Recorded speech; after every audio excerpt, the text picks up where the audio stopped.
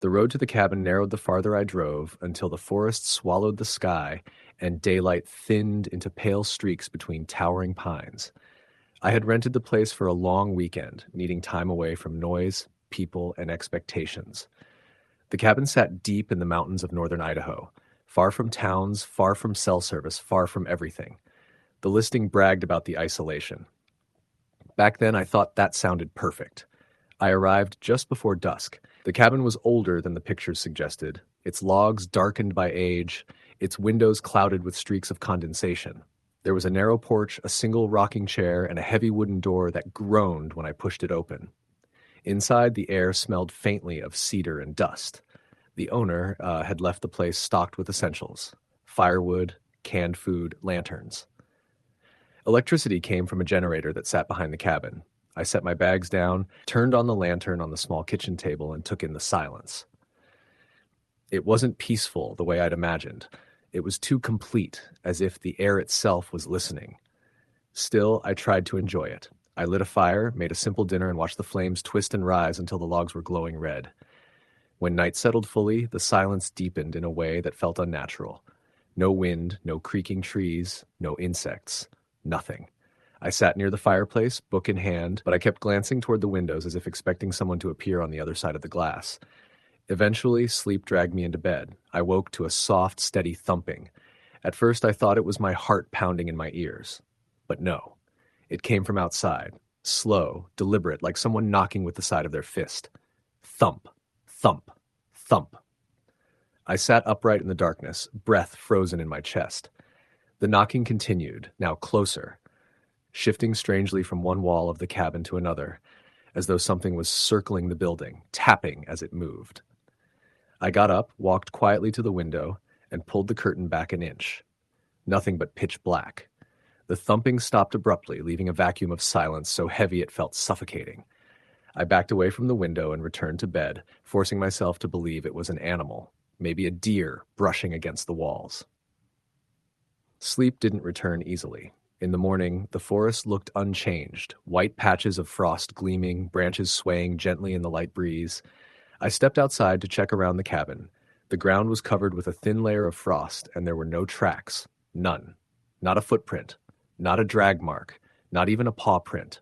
Nothing had walked around the cabin. Nothing had touched the walls. But I had heard it. I knew I had. The second night, I turned the generator off earlier. I didn't want the hum-masking sounds. I sat at the table eating canned soup, listening to the fire snap and spit. That was when I heard it again. Not knocking this time, but something brushing against the roof. A slow scraping sound, like fingernails dragging across old wood. I stared upward, my spoon frozen halfway to my mouth. Scrape. Pause. Scrape. It moved across the roof from one end to the other. I grabbed my flashlight and stepped outside, my breath steaming in the cold air. I shined the beam up toward the roofline. Empty. Nothing there. I felt a prickle on the back of my neck, the sense that I was being watched. The trees stood silent and tall, forming dark walls around the clearing, and for a moment I thought I saw a figure standing between two pines. Tall. Still. Too still. I raised the flashlight, but the beam caught only empty bark and shadows. I went inside, locked the door, and pushed a chair under the handle. That night the sounds continued, now louder, more aggressive. Something pacing along the porch, something shifting its weight on old boards. Twice, something scraped slowly down the window, as if tracing the outline of the glass with a fingertip. I didn't sleep at all. As soon as dawn came, I made up my mind to leave. I packed everything, shoved my gear into the car, and started the engine. I pulled onto the narrow road, but 20 yards from the cabin, I saw something that made my blood run cold. Branches blocked the path ahead, not fallen naturally. Placed, stacked deliberately in a tight lattice of limbs and brush 4 feet high, high enough that I couldn't drive over it, dense enough that it would take hours to clear by hand. Someone had put it there during the night, or something had. I stared at it, gripping the steering wheel so tightly my knuckles went white. The forest was silent again, listening, waiting. I backed up quickly, parked near the cabin, and went inside.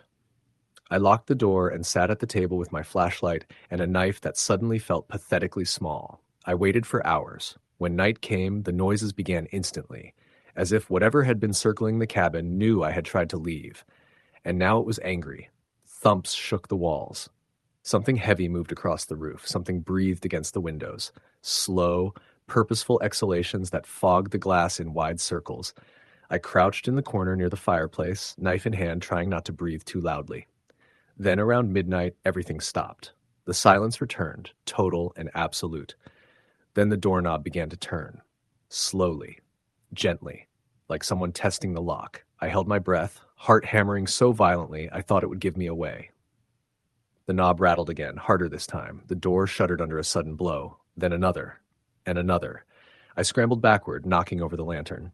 Darkness swallowed the room. The pounding grew more frantic. Something dragged a long, heavy weight across the porch, right outside the door. Then a voice, low, hoarse. Too close. Open. My blood froze. I clamped my hand over my mouth. Let me in. I didn't move, didn't breathe. Minutes passed in suffocating silence. Then I heard footsteps, slow, retreating footsteps, crunching across the frost. I stayed awake until dawn. When daylight finally touched the forest, I shoved furniture aside and sprinted outside. Whoever, or whatever, had barricaded the road had cleared it completely. The path stood open, branches gone, almost as if I was being allowed to leave.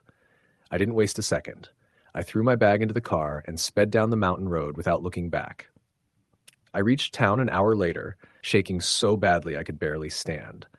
I went into a small grocery store, grabbed a water, and sat at a table near the window, trying to convince myself I was safe. But when I reached into my jacket pocket to pull out my keys, I felt something that hadn't been there before. A small, folded piece of paper. I opened it with trembling fingers. One word was written in jagged, uneven handwriting, letters carved so deeply into the page that they nearly tore through. Stay. My hands went numb, because I hadn't worn that jacket inside the cabin. I had left it in the car. Story the end. The snow was still falling when Emma arrived at the cabin, thin flakes drifting lazily through the tall pines. She had taken the long route up the mountain road, ignoring the GPS's insistence that she turn back to the main highway. The cabin was remote, perfect for a weekend away from her busy life as a nurse. No calls, no patients, no responsibilities, just her, a stack of novels, and the forest. The cabin was rustic, more than a little worn, but it had charm. The kind of place where you could imagine generations of people leaving faint echoes behind. She unlocked the door, noting the smell of cedar and damp wood. She flicked the light switch. A single bulb flickered before burning steadily. She set down her bag and looked around. Cozy. Quiet. Almost too quiet. After unpacking, she made tea, the kettle shrieking and hissing before settling into a steady whistle. She carried her mug to the living room window and looked out at the snow-covered clearing. The forest stretched endlessly beyond, dark and still, the trees heavy with snow. She thought she saw something move among the trunks, but when she blinked, it was gone. Probably a deer. Night fell quickly. Emma curled up with a book, the fire crackling beside her. Hours passed in silence until a soft scratching sound made her freeze. It was coming from the front door. She told herself it was a branch hitting the cabin, but her stomach twisted. The sound repeated, scrape, scrape, pause, scrape. Something was there, testing the door. She picked up the baseball bat she'd brought just in case and edged toward the door. Peering through the peephole, she saw nothing, just darkness and snow. Still, the scratching continued, now at the window near the kitchen. Her mind raced. She thought about calling the sheriff, but there was no cell signal. The nearest neighbor was miles away. She was completely alone. Hours passed like this. The scratching stopped at some point, but the feeling of being watched didn't. Every shadow in the room seemed to stretch and move on its own. Every gust of wind sounded like footsteps approaching the cabin. The next morning, she decided to take a walk to clear her mind. The snow crunched under her boots as she followed a narrow trail through the trees. About 50 yards from the cabin, she noticed something strange. Footprints. Bare footprints. Small, child-sized, leading toward the cabin. But the snow had been falling all night, and there should have been nothing to disturb it. Her heart began to race. She retraced her steps, but the footprints stopped abruptly at a tree line, as if the person had simply vanished. Shaking, she turned back toward the cabin. Inside, the cabin looked untouched. The stove was cold. The tea she'd made the night before had long gone lukewarm. Nothing else seemed out of place. She tried to convince herself it was a hallucination brought on by isolation and exhaustion. That night, the sounds returned. Soft thumps on the roof, scratching at the windows, and occasionally a low, almost inaudible whisper. She stayed in bed, bat in hand, willing herself to sleep, but the cabin seemed to hum with a presence she couldn't see. Around midnight, a loud knock on the door jolted her upright. She froze, clutching the bat. Knock, knock, knock. It was slow, deliberate testing. She called out, "Who's there?" No response. She crept to the door, pressed her ear to the wood, and heard the faintest breathing. Emma ran to the window. A shape moved in the clearing. She couldn't make it out, just a blur of dark and pale. Her mind screamed at her to leave, to get to her car, but as she stepped back, the shape disappeared. Morning brought snow again, covering every footprint, erasing any trace of the previous night's horrors. She wanted to believe it had been a dream, but the scratches on the door, long, deep gashes, told her otherwise. She packed quickly, not daring to stay another night. Her drive down the mountain was tense. Every crack of a branch and flutter of snow made her heart jump. She didn't stop for gas until she reached the highway, driving straight through until she reached a town. Weeks later, she still saw shadows in her peripheral vision, and occasionally, just when she was alone in her apartment, she heard soft knocking at the windows. Emma never went back to the mountains. The cabin was rented again, according to the listing, but she never called to inquire. She didn't want to know if someone or something still waited there in the woods just beyond the window, patient and silent. Story the end. The first time I saw the cabin, it looked harmless enough. A small, weathered structure tucked into a clearing surrounded by dense pine forest in northern Wisconsin. I had found it online, advertised as a remote writer's retreat, and the price was shockingly low for the area. I was desperate for solitude and a chance to finish my novel, so I didn't hesitate to rent it for a weekend. The drive-in was long, the kind where the road narrows to a single-lane dirt path, winding between trees that seemed to close in around the car. By the time I arrived, the sun was dipping below the treetops, leaving the cabin in a shadowed gloom. I parked, stepped out, and immediately felt a chill that had nothing to do with the crisp autumn air. The cabin smelled like old wood and something faintly metallic. Dust covered the corners, and the floorboards creaked under my boots. Everything inside was basic. A small kitchenette, a worn couch, a single bed with a threadbare quilt, and a fireplace that looked like it hadn't been used in years. I unpacked, set my laptop on the small desk by the window, and tried to convince myself that I was fine. I was alone, yes, but I liked being alone. Night fell quickly, and the forest around me grew silent. The only sounds were the occasional snapping of twigs outside and the soft rustle of leaves in the wind. I lit a candle, hoping to chase away the shadows, and started typing. It began subtly. At first, I thought it was the wind, soft knocks on the walls like fingers rapping against the wood. Then I heard it from the ceiling, a light, deliberate tapping, slow and measured. My pulse quickened, having to know upstairs. I told myself it was nothing, an animal in the attic, maybe. But I didn't hear any scurrying, no scratching. The tapping stopped as suddenly as it had started, leaving the silence even heavier than before. Around midnight, I went to the kitchen to make tea. That's when I noticed the back door was slightly ajar. I was sure I had locked it. My heart started racing. I pushed it closed, checked the lock. It was fine. I tried to calm myself, blaming the wind, the old hinges.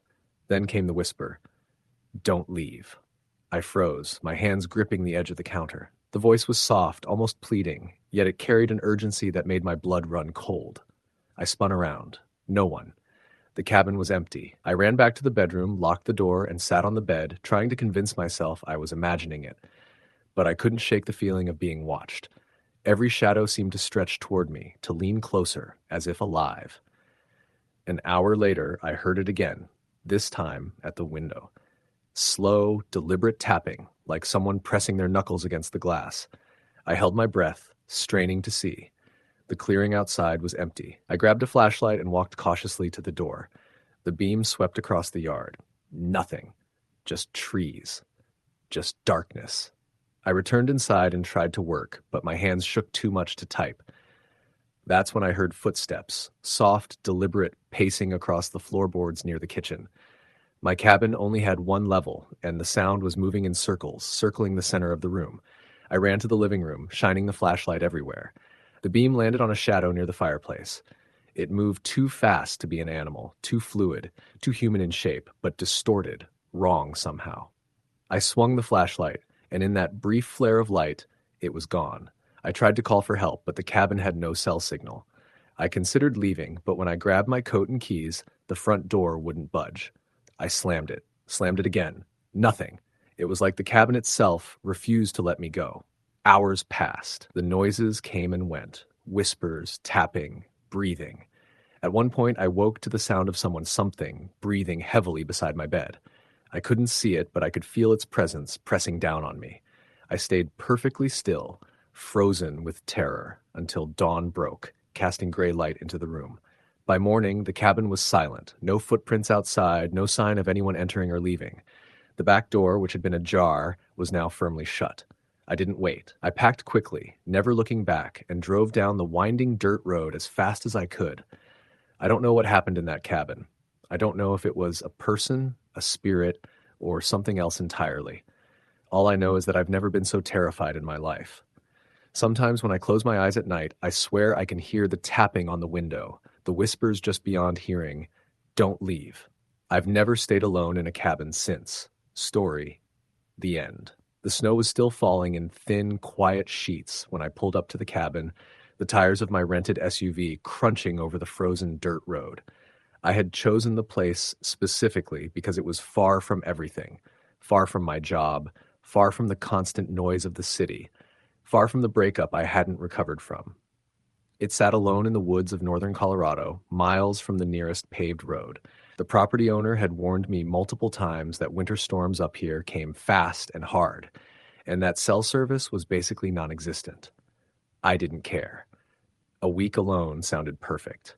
The cabin was small, older than it looked in the photos, with dark logs stained by decades of weather and a roof sagging under the weight of early winter snow.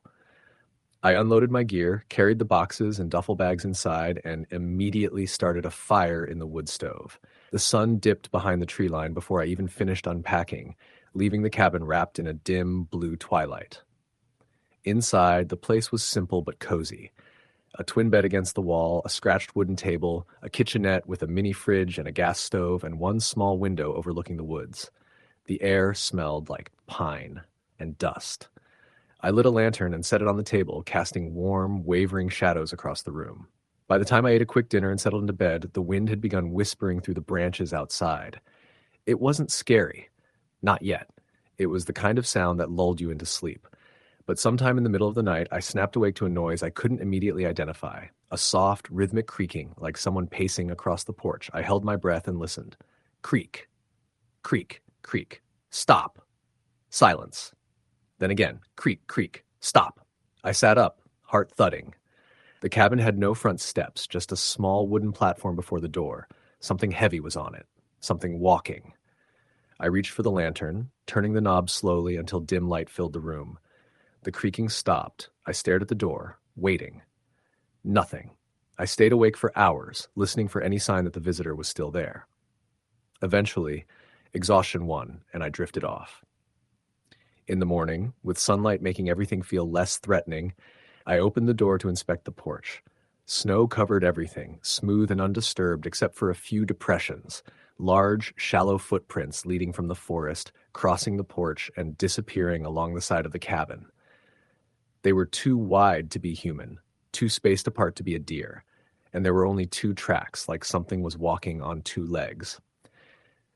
I tried telling myself that snow could warp shapes, that maybe a bear had wandered through and the storm had deformed the prints. It was the only explanation that didn't involve something I didn't want to believe. I shook it off and decided to hike the trail behind the cabin to distract myself. The hike helped, at least for a little while. The woods were quiet and beautiful, thick with pines, the snow soft beneath my boots. But halfway up the trail, I stopped dead in my tracks. Ahead of me, in a clearing, stood something, a tall, thin figure wearing what looked like a red coat.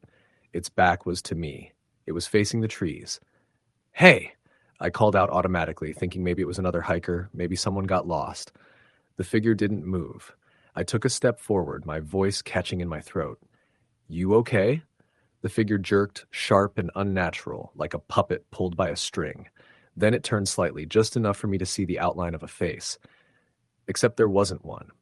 Not really, just a pale, smooth shape where facial features should be. A blank oval. I stumbled backward, nearly slipping in the snow.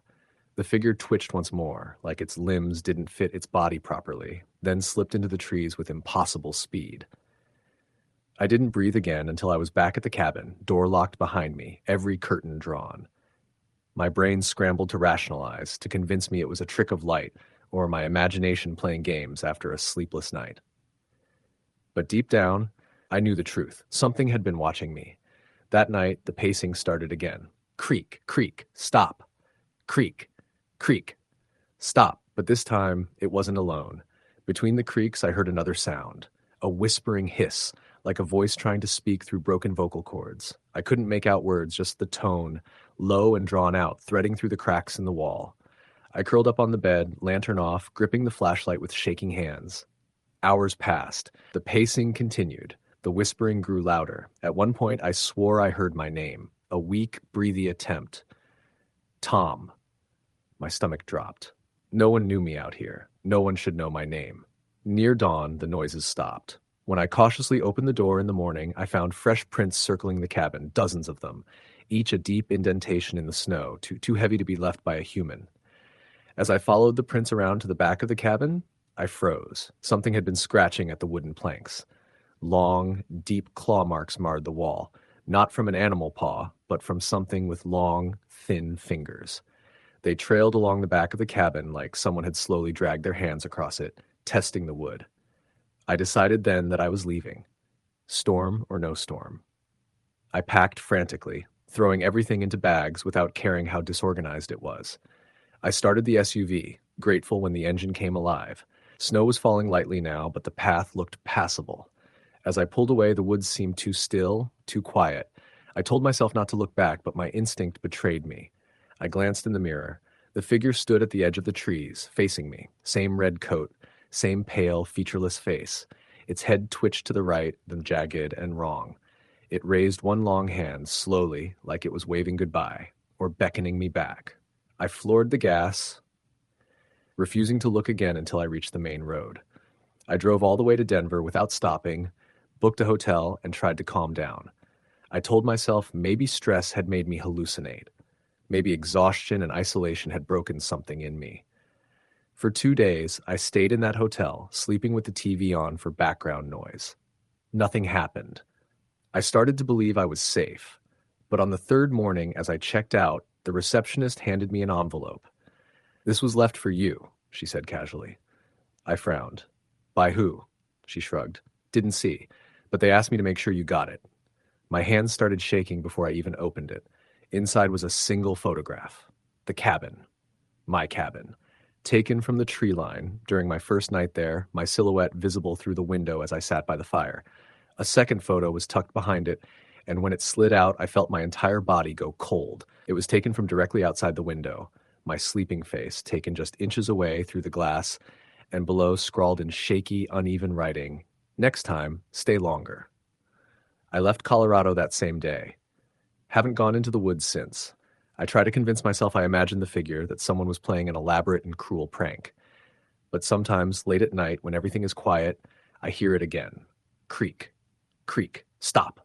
Like footsteps on an old wooden porch. Like they've found me again. Story the end. The cabin was deeper in the woods than I expected. Farther from the main road, farther from any human sound, farther from anything that felt familiar.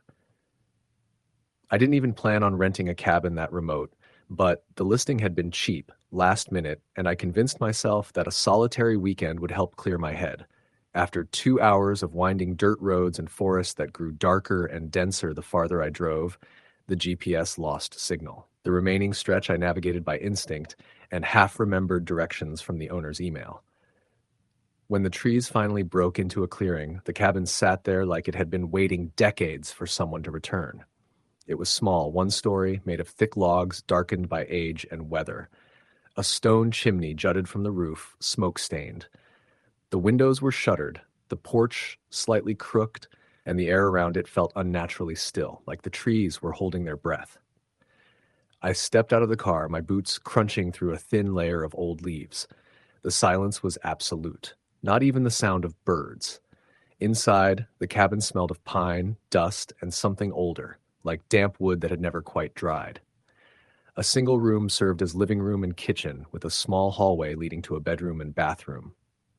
I dropped my bag, stretched, and opened the shutters.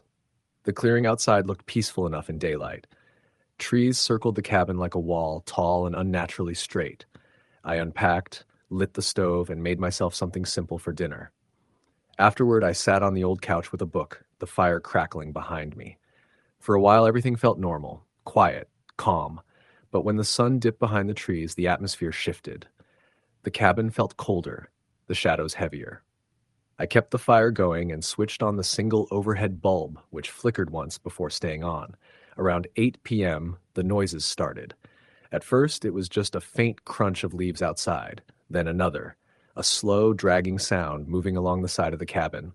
I set the book down and listened. The dragging paused, then resumed, closer this time, scraping against the outer wall. I told myself it was an animal, a deer, maybe, or a bear.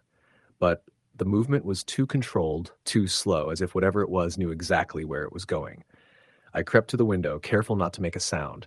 The forest beyond the clearing was pitch black now, my reflection faint in the glass. Something moved between the trees, just a brief shift, a tall, lean shape slipping behind a trunk. Not animal-like, too upright, too smooth. Cold spread down my spine. I stepped back from the window. 10 minutes passed without a sound. Then, 3 knocks at the front door. Knock, knock, knock, knock. My breath caught. I didn't move, couldn't. The knocks came again, harder, more impatient. I forced myself to whisper, "Hello, who is it?" Silence. The porch creaked softly under weight. Then something brushed the window beside the door. A long, slow drag, like fingers tracing the wood. I backed away, heart pounding so loudly I thought whoever or whatever was outside could hear it. The dragging continued upward toward the small square of glass at the top of the door. I found myself staring at it, too terrified to look away. A shadow passed over the window. Not a head, something taller, wrongly proportioned. I stumbled backward until my legs hit the couch. Then the whisper came, a low, breathy murmur slipping through the cracks of the door. "Are you alone?" I choked on air, shaking my head even though no one could see me. The whisper came again, slow and curious. "Are you alone?" I grabbed the fire poker from beside the stove, gripping it with both hands. My pulse thundered in my ears. The shadow moved away from the door. A second later, the porch creaked again. Then nothing. Only silence. For the next hour, I stayed frozen, poker raised, listening for any sound. But there was none. Eventually, I forced myself to move to the bedroom, shutting the door and pushing the dresser against it. I didn't sleep. Every few minutes, I thought I heard something faint, a branch snapping, leaves shifting, a whisper carried on the wind. I tried to tune it out. I tried to pretend it was all my imagination. Around 2 a.m., I got up to check the window. The moonlight illuminated the clearing, silver and still. No movement, no shadow. Then, as I stared out, trying to steady my shaking breath, I saw footprints, a single line of them, leading from the woods straight to my porch. Not animal prints, not boots, bare human feet, but too long, toes stretched unnaturally far. I stepped back so fast I nearly tripped over the bed. Something scratched lightly at the bedroom window, one long, slow scrape. Then a voice, barely audible through the glass, "Let me in." I stared at the window, every muscle locked. Moonlight glinted on the glass, and I saw a faint outline, tall, thin, unmoving. Then a hand pressed against the window. It wasn't a human hand. The fingers were far too long, the palm too narrow. The shape remained there, motionless, as if waiting. Then, tap, tap, tap. Each tap synced with my heartbeat, like it was mocking me. I stumbled away from the window, dropped the poker, and grabbed my car keys from the nightstand. My hands trembled so badly the keys jingled like tiny bells. The tapping stopped. The shadow at the window drifted backward, melting into the darkness. I didn't wait to see where it went. I shoved the dresser aside, threw open the bedroom door, sprinted through the living room, and unlocked the front door. The cold air hit me like a slap as I bolted toward my car. I didn't look at the tree line. I didn't dare. I jumped into the driver's seat, jammed the key into the ignition, and turned it. Nothing. The engine clicked uselessly. Come on, come on. I tried again. The engine sputtered to life. Relief surged through me until a figure stepped into the headlights. Tall. Wrongly tall. Its limbs hung loosely like they were too long for its body. The head tilted sideways, the pale, featureless face catching the light. I screamed and slammed the car into reverse. The tires spun through leaves before catching traction. I tore backward down the dirt drive, branches scraping the sides of the car like claws. I didn't stop, not when the figure took a step forward. Not when I heard something hit the trunk of the car, not when the whisper slipped through the trees, too close. I still see you. I didn't look back. I drove until I found the main road, until I reached a small gas station miles away, until the sun rose and the world felt real again. When the police went to check the cabin later that day, they told me nothing was there. No footprints, no damage, no signs anyone had been in the clearing at all. But the cabin door, they found something carved into the wood, 3 long, deep lines, vertical, parallel, like claw marks. I don't go into the woods anymore. I don't book cabins or hikes or camping trips. I moved to a city where the light never really leaves the streets, and you can't go 10 feet without seeing another human being. But sometimes, late at night, when the city quiets and wind whistles through the alley outside my apartment, I hear it. A tap, a whisper, a reminder. I still see you. Story the end. The cabin sat on the edge of a frozen lake in northern Michigan, hidden behind a dense wall of pines and birches. Emma had been driving all day, hoping the isolation would help her think. Work had been unbearable, her apartment noisy, and her life felt like it was pressing down on her from every angle. The listing for the cabin had promised peace. Secluded retreat, no neighbors, perfect for solitude. That was exactly what she needed. When she arrived, the sun was dipping behind the trees, casting long shadows across the snow-covered driveway. The cabin was small, wooden, and weathered. Icicles hung from the roofline like jagged teeth, and the porch sagged slightly under years of neglect. Emma stepped out of her car, letting the cold bite at her cheeks, and immediately felt the quiet, a silence so deep it seemed unnatural. She locked the car and trudged through the snow to the door, her boots crunching against the frozen ground. Inside, the cabin smelled of old pine and dust. A stone fireplace dominated the living room, and a small kitchen sat in one corner. She unpacked her things quickly, lit a fire, and sat by the flames, letting the warmth seep into her frozen fingers. For a while, she felt calm, even happy. The world outside didn't exist here. It was just her, the cabin, and the frozen lake beyond the trees. As night fell, the isolation began to press against her mind. Every sound seemed amplified, the wind rattling the roof, the trees creaking in the cold, the occasional snap of ice from the lake. Around midnight, she heard it, a faint scratching sound at the back door. Emma froze, straining to hear. Scratching again, slow and deliberate. She told herself it was probably a branch, a raccoon, anything but a person. Still, her hands trembled as she grabbed a kitchen knife and approached the door. She pressed her ear to it. Silence. She opened it carefully, peering into the dark, but the snow was undisturbed. Nothing. The next morning, she thought about leaving, but the roads were icy, and she wanted to give herself at least one full day of peace. She tried to shake off the fear, telling herself it was all in her imagination. But when she checked the back door, she noticed the latch had been lifted. She was certain she had locked it the night before. Emma spent the day walking along the lake, watching the reflection of the pines in the ice. The quiet was comforting at first, but then she noticed something. Footprints in the snow. They were small and deliberate, circling the cabin in the same pattern she had noticed from the back door. They didn't belong to her. She followed them into the trees, but they disappeared into the forest, vanishing as if they were never there. That evening, she stayed in the living room, a fire burning, curtains drawn tight. Around 11 p.m., she heard the scratching again, this time from inside. It was coming from the loft, the small space above the kitchen used for storage. Her heart raced as she grabbed the knife and climbed the ladder. The loft was empty, just old boxes and blankets, but the floorboards were freshly scuffed, the dust disturbed. She stayed awake the rest of the night, listening to every creak of the cabin, every rustle of the trees. When morning came, she stepped outside to get a better look. There were footprints leading from the edge of the forest to the cabin, large and heavy, disappearing into the trees again. She felt sick to her stomach. There was no road, no trail, no one could have come this far without leaving more tracks. Emma packed what she could into her car, determined to leave. But as she approached the door, she noticed something chilling, a figure standing across the frozen lake.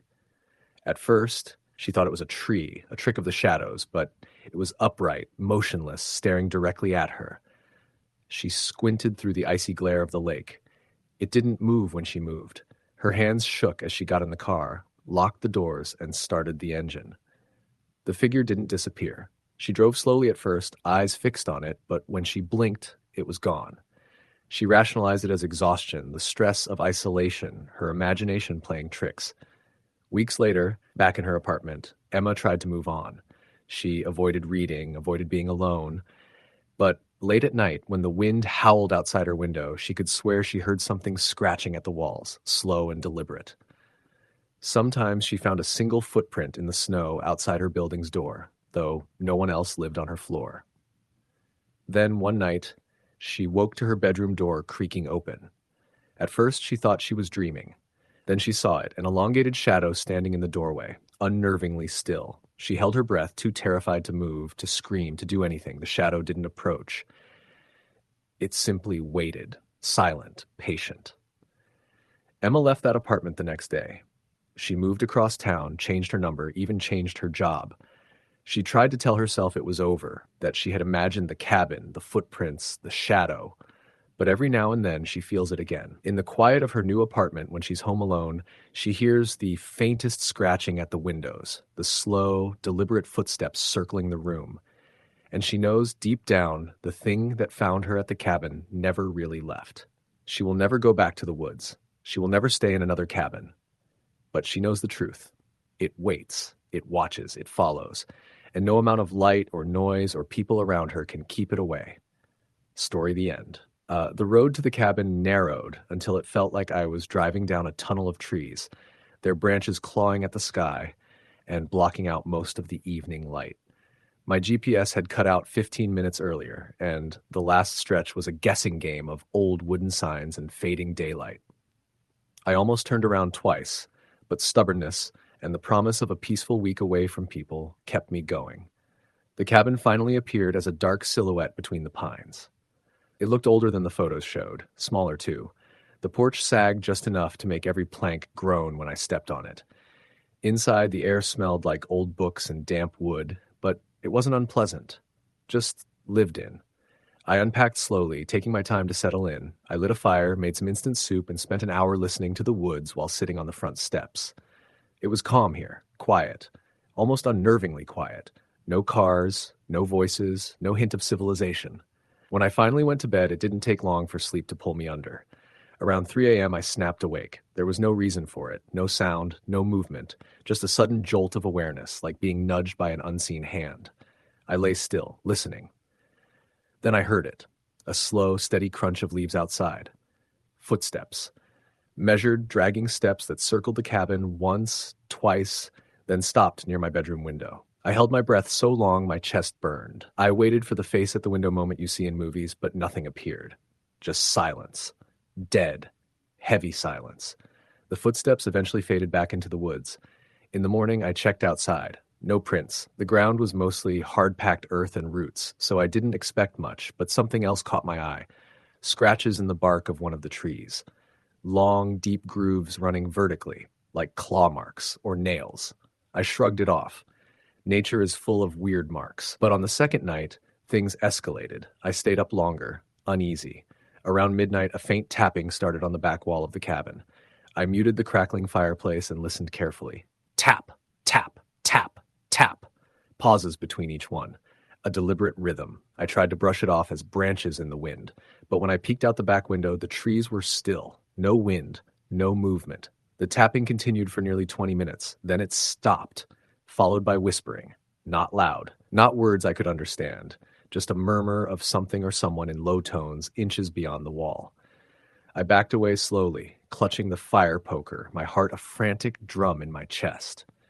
When morning came, I found something on the porch, a small pile of stones arranged in a spiral, perfectly placed, too intentional to be natural. I kicked them away, trying not to think about it. By the third night, I couldn't shake the feeling of being watched. I triple-checked the locks, closed the curtains, stoked the fire until it blazed. It didn't matter. At 2:14 a.m., the front doorknob began to turn, not rattling, turning, slowly, gently, testing. I stood frozen in the middle of the living room, staring at the door as the knob rotated halfway before stopping. The fire popped loudly, making me jump. The knob twisted back into its original position, and everything went quiet again. Then, a voice muffled through the wood, "Let me in." Not loud, not aggressive, just wrong. Wrong in a way that scraped against something primal inside me. I didn't answer. The voice repeated, slightly louder, slightly closer, "Let me in." I backed away until I hit the far wall. The voice lowered into a whisper. "I can hear you." I didn't sleep that night. I sat with my back to the corner, poker in hand, until dawn. The next morning, I found a dead bird on the doorstep. That was unsettling enough, but what chilled me was that its wings had been spread perfectly flat and its eyes were missing. That was when I decided to leave. I packed my bag in under 10 minutes, grabbed my keys, and hurried outside, but stopped dead in my tracks when I saw the path. The trees had shifted. The narrow dirt path I had driven down was now blocked by a massive fallen trunk. It looked old, rotting, covered in moss, but it hadn't been there the day before. There was no way I could move it.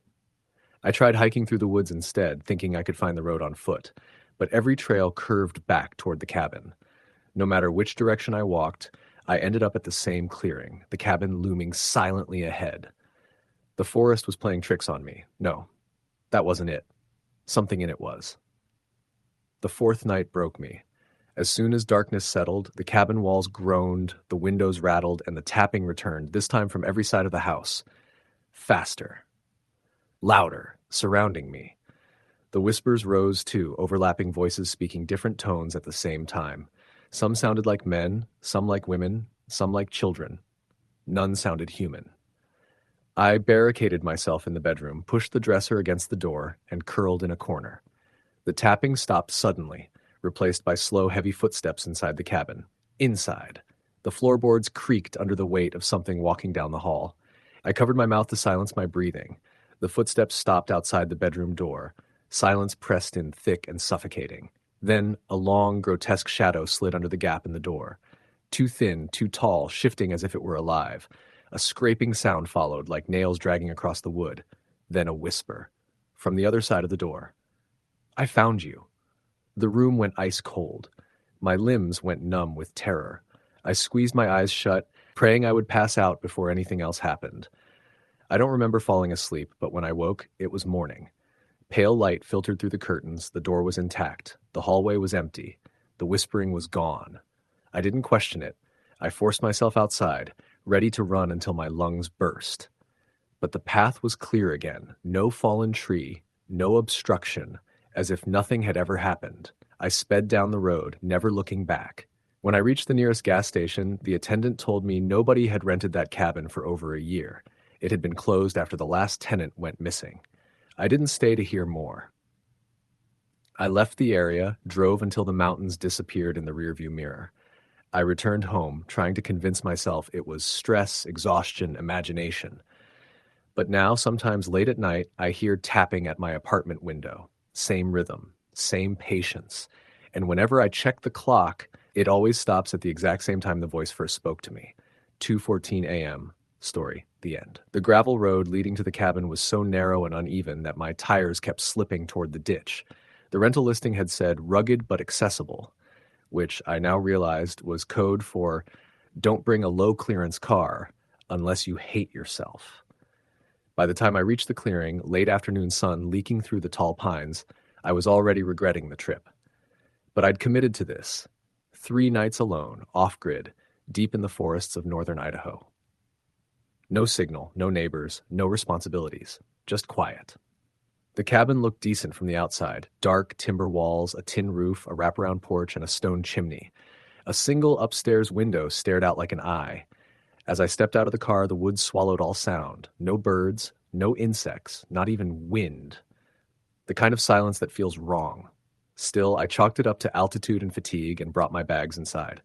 The interior was rustic. Wood stove, old but sturdy furniture, a kitchenette with mismatched utensils. A steep ladder led to the loft bedroom. Everything smelled faintly of cedar and dust. Perfectly fine. Cozy even. I unpacked, made coffee, and walked around outside, taking in the towering evergreens and the thick, dark underbrush that seemed to stretch forever. By nightfall, cold crept in, so I lit a fire. The wood popped and hissed pleasantly. I curled up on the couch with a book and tried to settle. But I kept glancing at the windows, long rectangles of pure black. The firelight flickered across the glass, making shapes move where nothing moved. Around 10, I heard the first sound, a single knock. Not loud, not urgent, just quiet and deliberate. I froze mid-breath. The knock came again. Once, then twice more. Slow, polite even. Nobody knew I was here. The rental owner lived hours away. The closest neighbor was on the far side of the mountain. I moved toward the door and looked through the peephole. Nothing but darkness and the faint orange reflection of the fire behind me. I told myself it was thermal contraction, old wood popping in cold weather. But the knock had been too perfect, too rhythmic. I locked the deadbolt, checked the windows, and turned off all the lights except the fire. I listened for a long time. Nothing. Eventually, exhaustion dragged me into the loft. But sleep didn't last. At maybe 2 a.m., I woke to the sound of leaves crunching outside the cabin. Slow, steady footsteps, heavy enough to be human. I sat upright in bed, heart hammering. The footsteps circled around the cabin, grass, leaves, twigs snapping sharply under weight. They paused directly beneath the loft window. The window pane fogged slightly, as though something warm was breathing against the glass. I didn't move, didn't breathe, didn't dare. Minutes passed in suffocating silence. Then, slowly, the footsteps continued around the cabin and faded into the forest. I didn't sleep again. Morning light made the cabin far less terrifying. Birds had returned, chirping as though the night before hadn't happened. I forced myself outside to inspect the perimeter. The ground was hard and cold, but near the woodpile behind the cabin, the layer of pine needles had been disturbed. Not in a messy animal foraging way, more like someone had paced back and forth. Human-sized footprints were visible, but the heel and toe marks were off. Too long, too narrow. Almost like someone had walked barefoot, but with stretched, unnatural proportions. I crouched to examine one. 5 long impressions. Except the 5th wasn't where a little toe should be. It was set farther back, angled strangely, like a misplaced thumb. My throat went dry. I backed away, heartbeat pulsing in my neck, and locked myself in the cabin again. For hours I tried to distract myself, cooking, reading, chopping wood, but my eyes drifted constantly toward the windows, toward the tree line, toward the darkness between the pines. By late afternoon, clouds rolled in and swallowed the sun early. The woods darkened unnaturally fast. A sense of pressure hung in the air, as if the forest itself were holding its breath. By dusk, the knocking returned, this time on the back door. 3 slow taps. Then silence. I stayed on the couch, gripping a fireplace poker with white knuckles, staring at the rear entrance. The knock came again. Louder, more insistent. The doorknob rattled. I jolted to my feet and backed toward the loft ladder. The knob twisted left, then right, then shook violently. Then it stopped. I waited, every muscle locked. 5 minutes passed. 10. I edged up the ladder, unable to stand being near the ground floor any longer. From the loft, I had a better vantage point, could see more windows, more of the clearing. I lay in bed, fully dressed, staring at the ceiling. Then, footsteps on the porch, slow, measured. Then the creak of the rocking chair. I didn't want to look. I did not want to look. But the rocking creaked again, and curiosity pulled my gaze toward the front window. Something sat in the chair. A shape. A silhouette. Too tall. Elongated limbs bent unnaturally as it rocked slowly back and forth. I couldn't see its face, only the outline. A head too narrow. Shoulders hunched. Arms long enough that its hands nearly brushed the porch floor with each forward rock. I clamped a hand over my mouth to keep from making a sound. The rocking stopped. The figure stood and turned toward the cabin. I dropped flat on the mattress, heart convulsing, and crawled backward until my spine hit the far wall. I waited, shaking uncontrollably, listening for the door.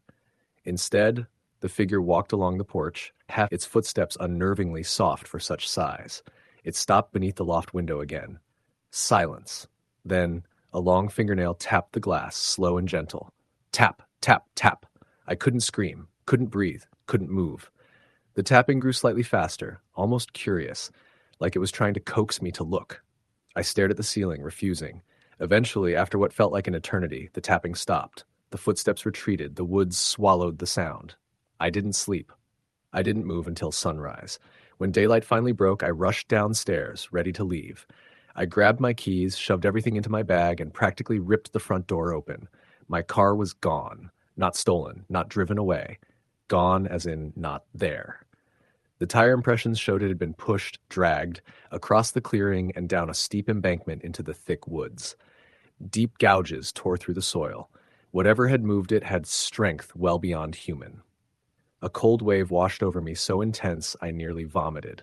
I didn't know what to do. The cabin had no landline, no signal. I was miles from the highway. I considered running down the long forest road, but the trees were so dense anything could watch me. Follow me. Hunt me. I returned inside, bolted every lock, and barricaded the doors with furniture. The day dragged on painfully. Every creak made me flinch. Every gust of wind felt like footsteps. Night fell again. And with it came the knocking. Not at the door this time. At the windows. Multiple windows. Soft taps at first, then the long drag of nails across glass, then the silhouette of its head peering in from the side window, watching me crouched on the floor like an animal. I grabbed a lantern and retreated to the loft, shaking so violently the light flickered. Then I heard it climbing onto the roof. The wood strained, groaning under its weight. It paced above me, slow and heavy. Dust rained down with each step. Then a hand slapped against the skylight. 5 fingers. Too long, too thin. The thumb on the wrong side. The hand scraped across the glass, pressed harder. Hard enough that the old pane creaked, bowing inward. I sobbed, unable to stop myself. It paused. Listening. The hand lifted. Then a whisper slipped through the cracks of the roof boards, not spoken, not voiced, but breathed. A mimicry of human words. Hello. The voice was wrong. Stretched. Wet. Like something that didn't understand language trying to imitate it. Let me in. I curled into a ball, covering my ears, tears soaking the sheets. Hours passed. Eventually, just before sunrise, the weight lifted from the roof. The cabin went still. I waited another 2 hours before creeping downstairs. The woods outside were dead silent again. I ran as fast as I could down the mountain road, not stopping for breath, not looking behind me. After nearly 3 miles, I reached a ranger station. They found my car crushed against a tree, as if dropped from a height. Animals don't drop cars. Humans can't move them like toys. No one believed me, of course. My story shifted in their minds from fear to delusion to stress-induced hallucination. But I know what I saw, what I heard, what sat in that rocking chair. And every so often in the dead of night, when my house is quiet and the wind dies, I hear a faint tapping at my window. Slow, gentle, patient. I never open the curtains. I never look because I know it remembers me. And it's waiting. Story the end. The cabin sat so deep in the woods of northern Maine that even the locals couldn't agree on who built it. Some said it was a trapper's shack from the 1930s. Others swore it belonged to a hermit who vanished without a trace. My sister Megan insisted it was perfect for our annual tradition. One weekend alone, each of us taking turns picking a remote spot to unplug from everything. This year was my turn, but 2 days before the trip she got sick, so I went alone. I should have canceled. The dirt road leading to the cabin barely existed. Branches scraped my car like nails dragging over metal, and mud pits slowed me to a crawl. By the time I arrived, the afternoon sun was bleeding out behind the tree line. The cabin looked small, dark, and crooked. Its windows were so grimy they reflected nothing. The porch leaned so sharply it looked like it was bowing under the weight of something invisible. The air felt colder here, sharper. I carried my pack inside and immediately smelled something metallic. Rust, maybe, or blood. The interior was cramped, a single room with a wood stove, a rotting sofa, a small table, and a bed with a thin, moth-eaten blanket.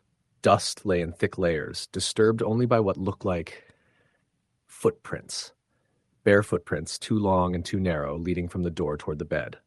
I told myself they were mine, even though I was still wearing boots. I lit the lantern I brought because the cabin had no power. The weak, yellow glow stretched across the room like it didn't want to be there. I settled in, trying to convince myself the place was simply old, abandoned, creepy, but harmless. The first night was quiet until around 2 a.m. when I woke to the sound of breathing. Not mine. Slow. Heavy. Wet. It came from the corner of the room where the light didn't reach. I held my breath and strained to listen. The breathing continued. Inhale, exhale, longer than any human breath should be. I fumbled for the lantern, raised it with shaking hands, and shined it toward the corner. Nothing was there. The breathing stopped instantly. I told myself I was dreaming, that the sound had been wind leaking through gaps in the logs. But the cabin was dead still, not even a whisper of a draft. On the second day, the forest felt wrong. The trees were spaced oddly, too symmetrical, as though planted by someone with an obsession for perfect alignment. There were no birds, no insects, no animal tracks in the mud. Not even my own seemed to last more than a minute before fading into the soil. Late that afternoon, I wandered maybe half a mile from the cabin and came across something that froze the blood in my veins. A second cabin. Identical. Same size, same sagging porch, same broken window on the left side. For a moment, I thought I had somehow circled back, but then I saw movement inside the second cabin. A silhouette. Tall. Unmoving. Watching me. I blinked and it stepped back into the darkness. Not walking. Slipping, like it was made of smoke. I didn't investigate. I ran back to my cabin and locked the door with shaking fingers. My lungs burned by the time I dropped into the chair beside the wood stove. I told myself I must have hallucinated. Cabin fever on day 2. I tried calling Megan, but my phone had no signal, even though I'd seen 2 bars earlier. By sunset, fog seeped between the trees like it had weight to it. I lit the lantern and sat on the sofa, clutching the blanket around my shoulders. I heard it again, the breathing, this time closer. Right behind the stove. I turned my head slowly. The lantern flickered so violently it almost went out. The corner of the cabin warped, bending inward like fabric being pulled. A shadow stood there, not cast by anything, standing on its own. Too tall, too thin. Its limbs hung almost to the floor, ending in points rather than hands. Its head was featureless, like a smoothed-over face. My mouth went dry. I tried to scream, but no sound came. The shadow swayed as though considering me. Then it stepped forward. The lantern died. I scrambled backward in the dark, knocking over the table.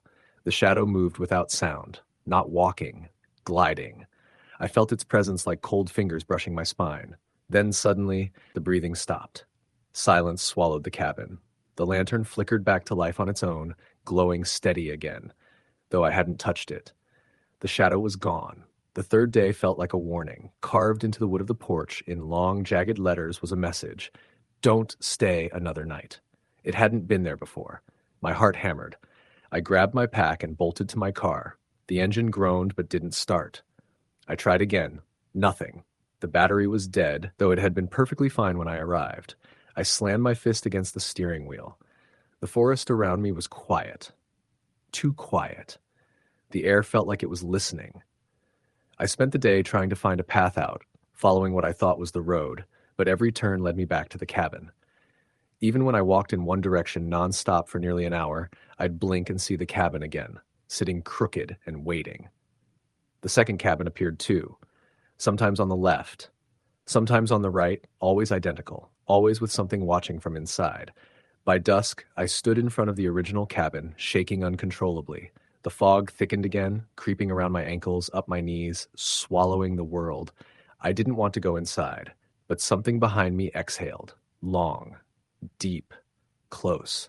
I ran inside and slammed the door. The cabin seemed to breathe with me, walls expanding and contracting softly. The wood stove rattled, the ceiling creaked. The lantern dimmed without going out. Footsteps approached from outside, slow, dragging. Then they climbed the steps of the porch. 1, 2, 3. They stopped directly outside the door. My pulse thundered in my ears. I didn't breathe. I didn't blink. The doorknob turned just slightly. Then it stopped. Then a whisper slid through the wood like smoke. You should have left. The door shook violently, the hinges screaming. I backed into the corner, unable to form words, unable to think. The door bowed inward. Something enormous pushed against it. The lantern blew out. The cabin became black. The door shattered inward with a massive crack. Cold air swept in. I screamed. And then nothing. The next thing I remember is waking up in my car at the edge of the nearest town, headlights off, engine cold, the passenger door wide open. I don't know how long I was gone. My phone said 2 days had passed. I drove straight home and didn't look back once. The cabin was later searched by local authorities after I reported it. They couldn't find it. Not the cabin I stayed in, not the second cabin, not even the road I took to reach it. But I know it was real, because now at night I hear breathing outside my window. Slow, deep, waiting. Story the end. The sun was nearly gone by the time I turned off the county highway and onto the narrow dirt lane that led to the old family cabin. My tires kicked up dust in the fading light, and the forest closed in around me like a tunnel. The trees were so thick that even my high beams barely cut through them. This part of northern Michigan had always been quiet, but tonight it felt lifeless, like the woods were holding their breath. I hadn't seen the cabin in years, not since my father died. It had been his escape, his sanctuary, and a place he always told me I'd understand better when I got older. I never did. I left home at 18 and barely looked back. But last month, the property was transferred to me, along with his journal entries and a letter. Go there alone. Stay a few nights. There are things you need to know. I tried to dismiss it as sentimental ramblings from a man I barely knew anymore. But something pulled me back anyway. The cabin came into view just as darkness fully set in. It stood between two massive pines, their branches arching over the roof. The front window was cracked, and the porch sagged under years of weather, but it was still standing. A single rusted lantern hung beside the door, swaying slightly, even though there was no wind. As I stepped out of my truck, the crunch of leaves under my boots echoed unnaturally loud. The forest wasn't just quiet, it was silent. No birds, no insects, not even the distant hum of wind through trees. I swallowed the unease rising in my throat and headed for the door. Inside, the air smelled of dust, old wood, and something faintly metallic. I flicked on my flashlight. The interior was just as I remembered. One room with a small kitchen on the left, a sitting area on the right, and a bedroom tucked behind a thin wooden door. The furniture was covered in sheets, but I could see outlines of old chairs, a table, bowl, and my father's favorite rocking chair. I unrolled my sleeping bag, lit a fire in the old brick fireplace, and opened the letter again. The handwriting trembled across the page. There are things you need to know, things this place remembers, even if we try to forget. That didn't make sense. None of this did. As the fire crackled, I heated a can of soup and tried to ground myself in familiarity. But in the corner of my eye, shadows flickered strangely, stretching farther than the flame should have allowed. I told myself it was just my imagination. I lay down in my sleeping bag, staring at the log ceiling until exhaustion finally pushed me into sleep. I couldn't have been asleep more than an hour when something woke me. A thump. Soft. Deliberate. My eyes snapped open. The embers still glowed in the fireplace, casting the room in dim red light. I held my breath and listened. Another thump. This time from the bedroom door. I sat up slowly, adrenaline coursing through me. The sound came again. Heavy dragging, like something was being pulled across the floor inside the bedroom. There should be nothing in that room. No furniture. No animals. Nothing. I picked up my flashlight and walked toward the door. My hand trembled on the knob as I twisted it open. The room was empty. Completely empty. The wooden floorboards were undisturbed except for a dark smudge near the far wall. I crouched down and shined my light on it. It looked like a handprint.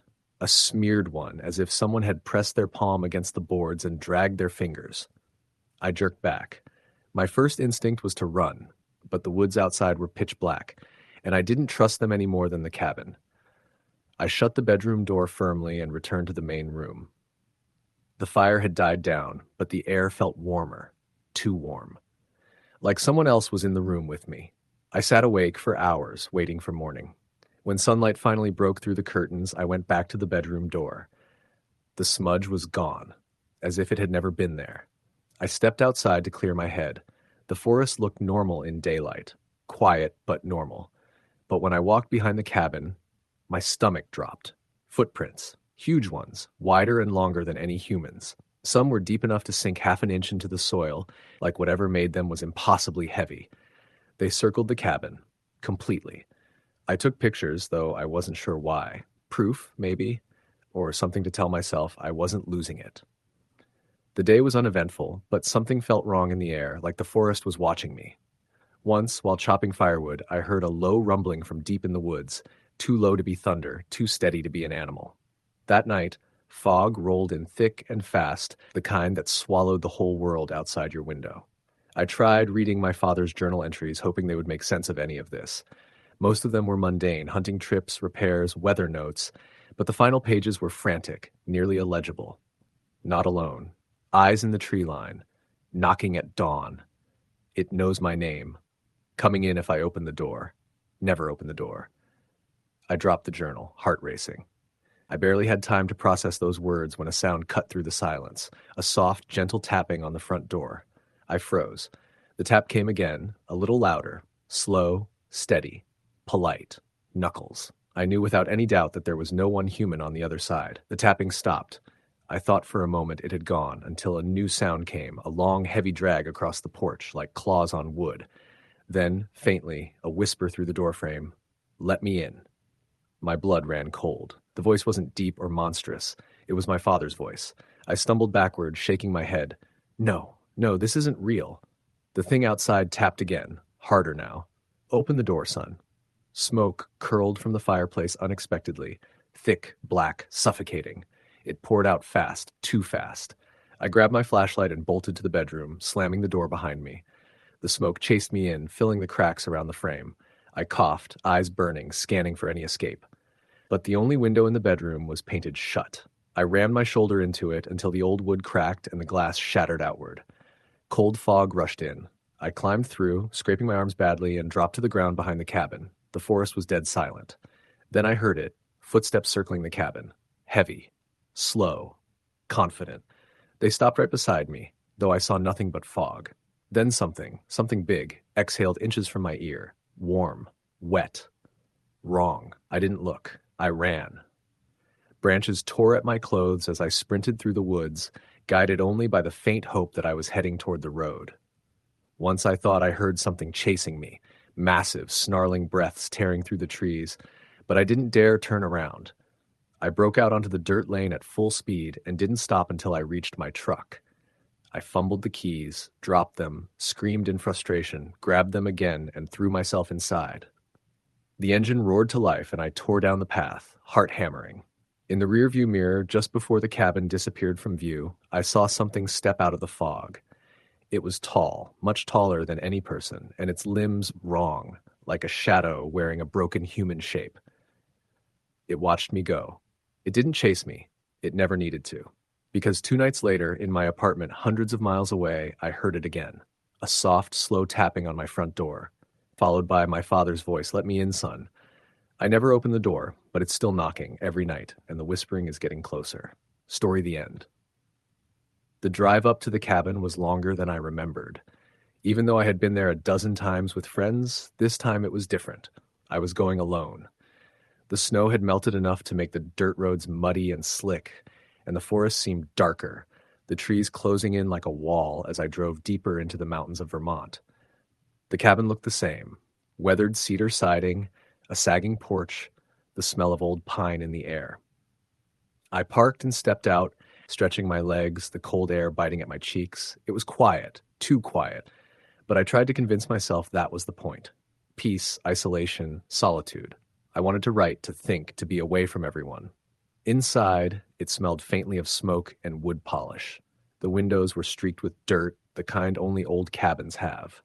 I lit the fireplace, unpacked my bags, and settled in for the night. My only company was my dog, a shepherd mix named Max, who seemed unusually tense, pacing near the door and growling softly at shadows I couldn't see. The first night passed without incident, though sleep was uneasy. Every creak and pop of the cabin made me start. Every gust of wind rattled the windows. I chalked it up to nerves. The second night, things changed. Around 11:30 p.m., I woke to the faintest sound of someone whispering my name. Soft, drawn out, almost carried on the wind. I sat up, heart racing. "Max," I whispered. The dog was quiet now, its ears perked. The whispering stopped. I shook my head, telling myself it was the wind. By the third night, I was tense. Max refused to leave my side. I had spent the day hiking alone, exploring trails that twisted through thick woods. Nothing had happened, but something felt off. I couldn't explain it. The sense of being watched was constant. Every snap of a branch, every rustle of leaves made me spin around, expecting someone to be there. but there was never anyone. That night, the noises started.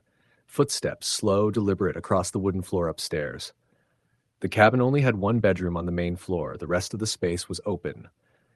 I grabbed a flashlight and crept toward the stairs, Max growling low in his throat. The steps groaned under my weight. I reached the top and swept the light across the loft area. Empty. Just shadows. I breathed a sigh of relief, though my hands shook. Then I heard the whisper again. This time, it came from the corner of the loft. "Don't be afraid." My blood ran cold. I spun, flashlight beam cutting through the darkness. Nothing. Max whimpered, pressing against my legs. I tried to sleep that night, but the whispers continued, intermittent, always just on the edge of comprehension. I imagined shapes moving outside the windows, silhouettes that vanished when I looked directly. The next morning, I found marks on the porch, small footprints in the mud, barefoot, human-like. They led around the cabin and disappeared into the woods. I hadn't seen anyone, not in hours. By the fourth night, I couldn't take it anymore. I decided to leave at first light, pack up, and drive the long road back to civilization. But the night had other plans. Around 2 a.m., I heard a knock on the front door. Slow, deliberate, 3 knocks. I froze. The door was locked. Max growled, low and urgent. I called out, "Who's there?" No answer. The knocking continued, rhythmic, unyielding. My flashlight in hand, I edged toward the door. The knob was icy, almost impossibly cold to touch. I swung the door open. Nothing. Snowfall. Silence. I shut the door and bolted it, but then I noticed something horrifying. On the inside of the glass, pressed against it, were the faint outlines of hands. Small, narrow, like a child's, though it left deep smudges across the pane. I couldn't stay. I packed everything, shoved Max into the car, and started down the dirt road. For the first mile, everything was fine. Then the engine stalled. I tried to restart it. Nothing. Just silence, heavy and thick. Then I saw movement. Tall, thin, standing at the edge of the tree line. Just there, watching. I couldn't make out a face, only the silhouette. I slammed the door, locked it, and started the engine again. The figure didn't move, didn't vanish, just stayed there. I floored it, snow spraying behind me, eyes glued to the tree line. For miles, I dared not look away. When I finally reached the highway, I pulled over and collapsed in the driver's seat, shaking. Max licked my hand, but his eyes were wide, alert, unblinking. I never went back. A month later, my friend told me that when he finally visited the cabin after I refused to return, he found footprints, bare, human, long-toed, trailing across the porch roof. He didn't stay long either. Sometimes even now, I swear I hear a whisper in the quiet moments, soft as wind through trees. Don't be afraid. And every time I imagine those small, narrow hands pressed against glass, waiting. Story the end. Rain pelted the windshield as Lisa's car crawled along the narrow mountain road. The GPS had long since lost signal, leaving her to rely on memory and fading street signs to find the cabin she'd rented. It was supposed to be a quiet retreat, a break from the city, a chance to recharge her mind. The kind of solo trip she'd never done before, but something about the isolation had felt necessary. When she finally reached the cabin, a low clap of thunder rattled the roof. The place looked abandoned, hidden behind thick evergreens. Paint was peeling from the walls, and the porch sagged slightly to one side. Lisa hesitated at the threshold, listening to the wind rattle the windows. Then she pushed the door open. Inside, the cabin smelled of damp wood and mildew. The floorboards groaned under her boots as she set down her duffel bag. Dust motes danced in the beam of her flashlight as she explored. The furniture was sparse, mostly old wooden chairs and a table scarred by decades of use. She found the fireplace in the corner and a stack of firewood, promising warmth later. The first thing she noticed, though, was the silence. Not just quiet, but absolute silence. It pressed against her ears, filling the room in a way that made her skin crawl. She tried to distract herself by unpacking and organizing. She set out candles, a lantern, a thermos of tea, and a notebook she intended to write in. Outside, the rain continued, steady and oppressive, hiding the distant sounds of the forest. By the time night fully fell, the cabin seemed to shrink around her. Lisa was lying in bed, staring at the ceiling when she heard it. A creak, subtle but deliberate, from the hallway. Her breath caught. There was no one else there. Old cabin settling, she told herself, gripping the blanket. The creak came again, this time closer. Her pulse quickened. She slipped out of bed, lantern in hand, and moved quietly toward the source. The hallway stretched ahead like a tunnel. Shadows from the lantern flickered across the walls. The creak repeated. Stairs. Someone was walking upstairs. Lisa froze, heart hammering. There should have been no one. She had the only key. The cabin was miles from any other property. Clutching the lantern, she crept toward the staircase. Step by step, her own feet barely making a sound. She reached the top. The hallway above was empty, doors closed. She swung the lantern from door to door, checking every room. Empty. Nothing. When she turned back, the air had grown cold. The smell hit her first, metallic, coppery, faint but unmistakable. It reminded her of blood. Her stomach twisted. She wanted to flee, but something held her in place. The closet door at the end of the hallway opened slowly, just a crack. Lisa's breath caught. She hadn't opened it. She stepped closer, lantern illuminating the interior. It was empty, except for the walls. Faint scratches covered the wood paneling, deep and jagged like nails had been dragged along the surface. And in the middle, words were carved. I've been waiting. Lisa stumbled back, heart thudding violently. She turned to run downstairs, but the stairs had changed. They were darker, narrower, impossibly longer. The doorway she had come through seemed farther away than before, like the cabin had stretched. A whisper floated from the shadows above. Lisa. Her legs froze. She knew that voice. It wasn't anyone she recognized, yet it felt intimate, knowing. Another whisper. Don't leave. Stay. She ran for the door anyway. The hallway seemed to twist, elongate, corners stretching impossibly. The air was thick and humid, making it hard to breathe. Behind her, faint footfalls followed. Not fast, but methodical, unrelenting. She reached the main room, the lantern trembling in her hand. The fireplace flickered, casting shadows that writhed like living things on the walls. And then she saw them, figures at the edge of her vision. Shadows, dark and misshapen, crouched and shifting, always just at the periphery. Whenever she turned fully, they vanished. The back door was locked. She yanked it open, but the rain had flooded the small porch.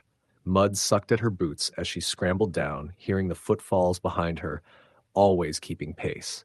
Her car was just beyond the trees, but the forest seemed endless, the path twisting unnaturally. Something brushed her shoulder.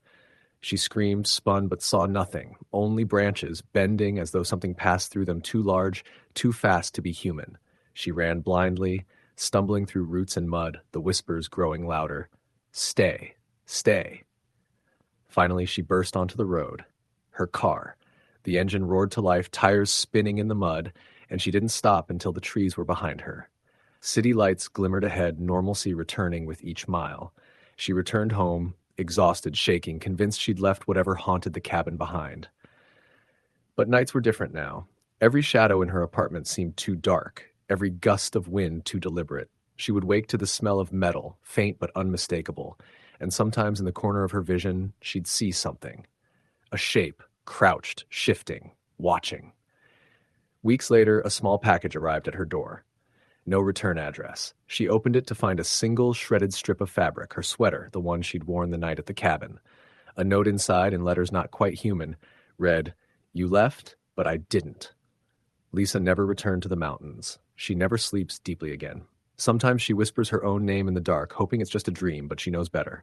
Whatever followed her from that cabin is patient. It waits. It learns. And it's never far away. Story, the end. The road to the cabin wasn't really a road, more like a forgotten trail scratched into the dirt, winding through miles of thick pine forest. My uncle had bought the land decades ago and never developed it, aside from the cabin he built with his own hands. When he passed away, he left it to me. I wasn't close with him, but the idea of spending a long weekend in a remote cabin sounded like the perfect break from my overloaded life. By the time I arrived, the sun was sinking behind the trees. The cabin stood in a clearing barely larger than the structure itself, its wooden walls dark with age, its single window clouded from years of dust. The air smelled of pine sap and cold soil. My phone had lost signal an hour before I reached the place, so I turned it off to save battery. It struck me then how profoundly alone I was. I expected that realization to feel freeing. It didn't. Inside, the cabin had only 2 rooms, a main space with a fireplace, stove, and small table, and a bedroom with a narrow bed. The air was stale and cold, like no one had stepped inside for years. Dust blanketed everything. A single framed picture sat crooked on the floor near the fireplace, an old photo of my uncle, younger, smiling, standing where I stood now. Someone had put deep scratches into the wood floor near that spot. Maybe furniture dragged, I thought. I pushed the image out of my mind. I unpacked, swept a bit, and made myself a simple dinner. The forest outside was silent except for the occasional distant snap of a branch. I sat by the fireplace, listening to the wood crackle and pop, letting the warmth lull me into a strange sense of comfort. That comfort shattered around midnight. Something dragged across the outside wall. It was long, slow, deliberate, a scraping sound that moved from one end of the cabin to the other. Then it stopped. I held my breath, frozen. The only sound was the fire dying down. The scraping came again. I stood up. My heartbeat thudded in my ears. I shouldn't have opened the front door, but fear makes you irrational. I yanked it open and shone my flashlight outside. Nothing but darkness. The beam illuminated the clearing, faintly catching the trunks of nearby pines. The night felt too still, too expectant. I stepped back inside and locked the door. I barely slept, drifting in and out of uneasy dreams until dawn. The next morning, I told myself that maybe an animal had brushed against the cabin. But when I walked around outside, I found no tracks, not even disturbed leaves. The side of the cabin where I heard the scraping looked clean, untouched, except for a long mark in the wood, fresh, pale, as if something blunt and heavy had dragged across it just hours before. I stayed outside longer than I needed to, scared to go back in, but more scared to stay exposed. The forest had a strange atmosphere that morning. The air felt thicker, almost wet, though there was no fog. Every sound, bird calls, branches rustling, felt far away, muted, like the world was retreating. I spent the day trying to distract myself by chopping wood and exploring the area around the cabin. The deeper I walked into the woods, the more uneasy I became. At one point, I noticed something tied to a tree trunk. A piece of rope, old and frayed, tied in an odd knot. It looked out of place, like it had been there a long time. I tugged it lightly and felt resistance from deep in the ground, as though the rope continued beneath the soil. I let go quickly. The forest suddenly felt hostile, and I hurried back. By evening, I had convinced myself everything had a logical explanation. I lit the fire, made tea, and read a book until my eyes grew heavy.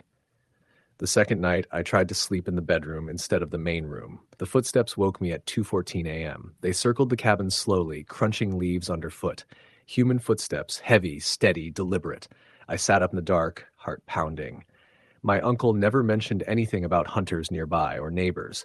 The closest town was 30 miles away. The footsteps stopped near the bedroom window. I waited for a tap, a shadow, anything. Nothing happened for several seconds. Then the window creaked. Just slightly, as if something outside had pressed against it. I held my breath, gripping the blanket in my fists. The window creaked again. Then came a slow, dragging sound across the glass, like a fingernail tracing its surface. I wanted to run, scream, do anything, but I stayed frozen. Eventually, the footsteps resumed, circling twice more before fading into the woods. I stayed awake until dawn, knife from the kitchen clenched in my hand. In the morning, I checked the ground outside the window. No footprints, no disturbed soil, but on the glass, I saw the faintest streak, too long, too high to be from an animal. I tried to leave that day. I threw my bag in the car, turned the key, click, click, click, click. The engine refused to start. Dead. Completely dead. The battery had been brand new. I lifted the hood, though I knew nothing about engines. Something had shredded the cables. Clean cuts, right through the wires. Not chewed. Cut. My breath fogged the air as panic clawed up my throat. Someone had done this. Not something. Someone. I grabbed my bag and decided to hike the 30 miles. Better than staying. But 10 minutes into the woods, I found something that stopped me cold. My footprints from earlier that morning. And next to them, larger footprints that hadn't been there before. Deep impressions, spaced perfectly beside mine, step for step, like someone had walked behind me. Closely. I ran back to the cabin, slammed the door, and pushed a chair under the knob. It was barely noon, but the woods already felt darker. I spent the whole day inside, jumping at the smallest sound, checking every window, every shadow. I tried the radio I found in a drawer, but it only produced static. When night came, I braced for the worst. It arrived around 1 a.m. At first, it was the soft tapping on the door, just one tap every few seconds, calm, patient, tap, tap, tap. Then came a whisper, low, male, right outside the door. Let me in. My blood turned to ice. I stood silently, knife in hand, teeth clenched so hard my jaw hurt. Tap! Tap! Let me in. I backed away slowly. The tapping grew harder. Then the doorknob shook violently, rattling as if someone was trying to rip it free. I screamed, stumbling backward and knocking over a table. The moment I screamed, everything stopped. Silence. Dead, suffocating silence. Then from the bedroom, a small creak, like weight shifting on the bed. My stomach dropped. Someone was inside. I bolted toward the front door, ripped the chair away, and flung the door open. The cold air hit me like a slap. I sprinted into the pitch-black woods without looking back, branches tearing at my clothes and skin.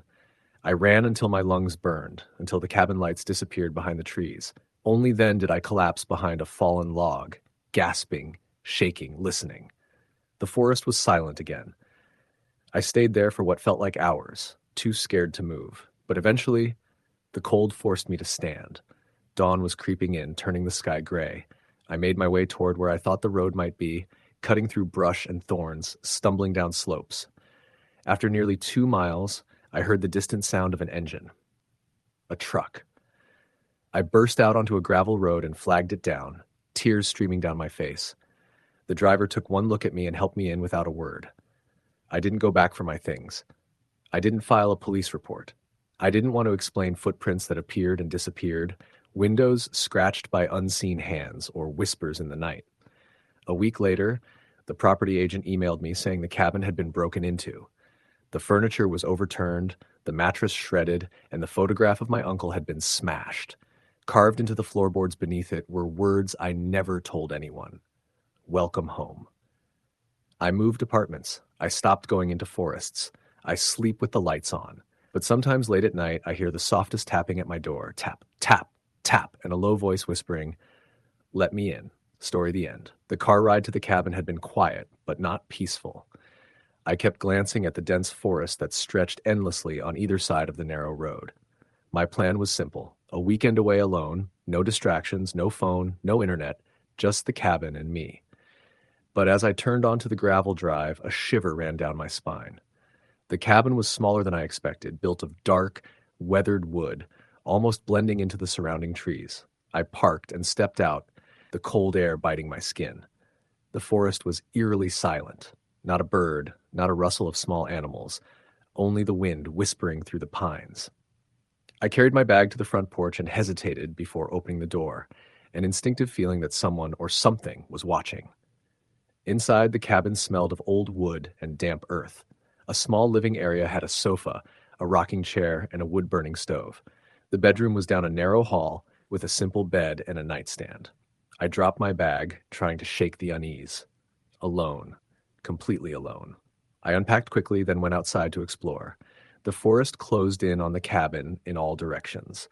The path I had driven in on disappeared almost immediately into the undergrowth. The sun was low in the sky, shadows stretching long and thin. I stayed out longer than I intended, listening to the quiet that seemed to press against me from all sides. When I returned, the first unease had grown heavier. I lit the stove and settled on the couch with a book, trying to ignore the strange creaks and groans of the cabin. That's when I heard it, a thump from upstairs, subtle but deliberate. My bedroom. I froze. I told myself it was the house settling, but then another thump followed, heavier this time. I stood and walked toward the stairs, each creak of the steps echoing in my ears. The bedroom door was closed. I reached for the knob and hesitated. It turned easily. The room was empty, nothing out of place. But a muddy footprint on the floor caught my eye. Small, childlike, yet impossible. My chest tightened. No one else was supposed to be here. That night, sleep was impossible. Every snap of a branch, every gust of wind sounded deliberate. Around midnight, I heard whispering, barely audible, like someone speaking just beyond hearing. I strained to listen. "Hello?" I whispered, my own voice sounding alien in the stillness. Nothing. Then the whisper returned, closer, almost in my ear, but no words I could understand. I stayed awake the rest of the night, flashlight in hand, checking every corner of the cabin. By dawn, the fog had rolled in, thick and suffocating, hugging the ground and trees. I stepped outside, shivering, and noticed fresh footprints in the mud. Barefoot, large, leading from the tree line to the cabin. I tried calling for help, but there was no signal, only static on the landline. I told myself it had to be some prank, but the thought didn't settle my nerves. The footprints were real. That night, the disturbances escalated. Whispers turned into scratching, fingernails on wood moving around the cabin. Then came the knocks, deliberate and slow, on the doors and windows. I stayed in the living room, clutching a heavy branch I had brought from outside. The temperature dropped sharply, my breath misting in front of me, though the stove burned bright. At 3 a.m., the doorknob rattled. Once, twice. Someone was testing it. I didn't dare move. Then the footsteps began circling the cabin, slow, dragging, purposeful. The whispering grew louder, now carrying words I almost understood, but still distorted. You shouldn't be here. We're waiting. I grabbed my coat, shoes, keys, anything I could, and ran for the car. The fog was dense, limiting my vision to just a few feet. Halfway down the driveway, I saw a figure, a shadowy silhouette standing perfectly still among the trees. I froze for a moment, then slammed the car into gear and tore down the path. By the time I reached the highway, hours later, I was shaking uncontrollably. I reported the incident to the local authorities. They checked the cabin, found nothing. No footprints, no handprints, no signs anyone had been there. They said the woods and fog can make people imagine things. Isolation plays tricks on the mind. I moved months later, but the memory never left me.